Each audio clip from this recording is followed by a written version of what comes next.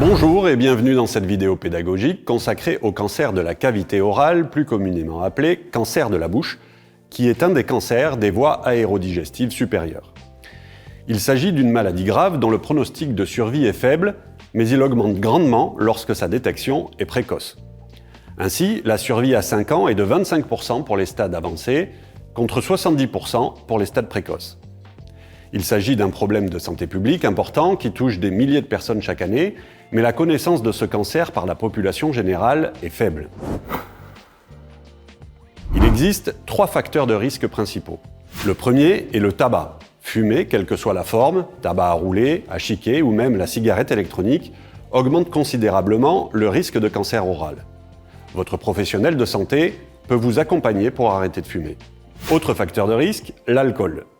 La consommation non modérée, surtout si elle est combinée au tabagisme, est un facteur de risque majeur.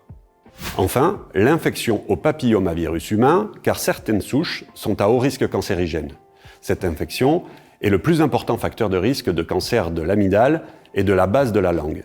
Il est responsable d'une hausse du cancer oral chez une population plus jeune, qui touche aussi bien les hommes que les femmes. La vaccination permet d'éradiquer l'infection et de supprimer le risque de cancer. Réduire ces facteurs de risque permet de diminuer les risques de développer un cancer, mais il est également important de connaître les signes et les symptômes pour pouvoir le faire dépister au plus tôt, comme des plaies buccales persistantes qui ne guérissent pas en 2 semaines, un épaississement des tissus buccaux, des difficultés persistantes à avaler, un enrouement chronique, des nodules dans le cou, des taches rouges ou blanches inhabituelles dans la bouche, des dents mobiles, un état bucco-dentaire médiocre ou des saignements inexpliqués au niveau de la bouche.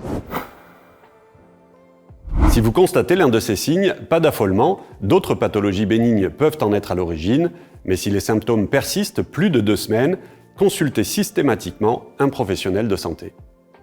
Planifiez des examens dentaires réguliers et inspectez votre bouche mensuellement pour déceler tout élément inhabituel, et surtout en cas de doute sur votre santé orale, consultez le professionnel de santé adapté. La vaccination des jeunes contre le HPV est très certainement la meilleure solution aujourd'hui, avec l'absence de consommation de tabac, de drogue et d'alcool, pour prévenir au mieux l'apparition des cancers oraux.